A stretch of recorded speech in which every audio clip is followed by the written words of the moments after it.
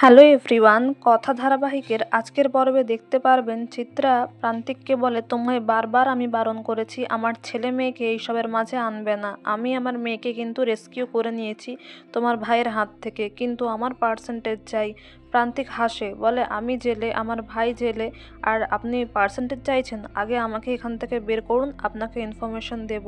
এদিকে কথা পান পাতা দিয়ে ইনভিটেশন কার্ড রেডি করে শশীভূষণ গুহ আর রেণু গুহর 60th বিবাহ বার্ষিকীর জন্য। এদিকে চিত্রা মনে মনে বলে, কথার এই বাড়বাড়ন্ত আমি আর সহ্য করতে পারছি না। আমার ছেলেমেয়েরা ওর জন্য আমার সাথে ভালোভাবে কথা বলে না। আমি ওকে শেষ করবই, সব শেষ করে দেব। এদিকে কথা রেডি হতে থাকলে এভি নক করে তারপরে ঘরে ঢোকে আর বলে, এত সেজে গুজে কোথায় যাচ্ছিস তুই? তখন কথা গোপন করতে চায় সমস্ত কিছু, তাই এভিকে বলে, আমি এখন যা ভাবছি সেটা এখন সর্বসমক্ষে উন্মোচন করতে চাইছি না। এভি বলে, কি এই কঠিন কঠিন বাংলা তুই তখনই বলিস যখন তুই কোনো কথা আমার থেকে আড়াল করতে চাস, বা যখন তুই এই স্পাইগিরি করিস। তুই আমাকে বল তুই কোথায় যাচ্ছিস। তারপর কথা ডিকশনারি নিয়ে এসে এভির হাতে ধরিয়ে দেয়, বলে আপনি একটু খুঁজে দেখুন। এদিকে এভি কথাকে আটকাতে চায়, বলে রাগ করছিস কেন? তোর এইটুকু তো মাথা, ছোট মাথা এত গরম হলে হয় নাকি? তারপর বলে, এখনও সুইট টাইম আসেনি। তখন বলে, অমৃতি পক্ষ। আর কথা হাসে, বলে পাচক মশাই ওটা অমৃত যোগ, ভালো করে দেখুন। এরপর কথা এভি ডিকশনারিতে শব্দের মানে খুঁজতে থাকে।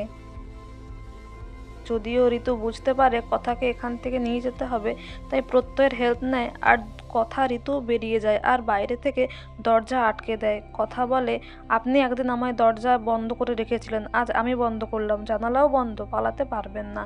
এদিকে চিত্রা প্রান্তিককে নিতে আসে জেলে, আর সেই সময় তিলক আসে।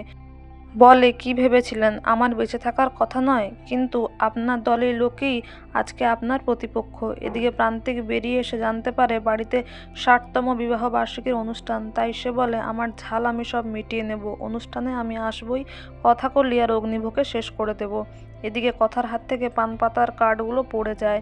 তারপরে সে যেহেতু গুড়ালের সবাইকে নেমন্তন্ন করে, তাই গুড়াল থেকে অনেক লোকজন আসে। কর্তা দাদু কর্তা দিদার ভালো লাগে, কিন্তু টেনশনও হয়, কেননা বাড়ির নবীনদের সবার ঘুম ভেঙে যায়। আর এভি বলে, নিশ্চয়ই এইচওএফ কিছু শুরু করেছে, তাই তার ঘুম ভেঙে গেলেও সে বালিশ চাপা নিয়ে আবার শুয়ে পড়ে। আগামী পর্বে দেখবেন গুড়ালের লোকজন এভির ঘরে চলে এলে এভি খুব ইরিটেট হয় আর ফোনে বলে, 50 লক্ষ টাকা ক্যাশ নিয়ে এসেছিলাম শোধ দেবো বলে, সেখানে কথা কিনা গুড়ালের লোক বাইরের লোক নিয়ে চলে এসছে। আর চিত্রা এটা শুনে আর মনে মনে নতুন ফন্দি করে, বলে এই টাকাটা সরাতে পারলেই আমি অগ্নিকে ফ্যাসাদে ফেলতে পারবো। তো বন্ধুরা, এই ছিল আজকের কথা ধারাবাহিকের আপডেট।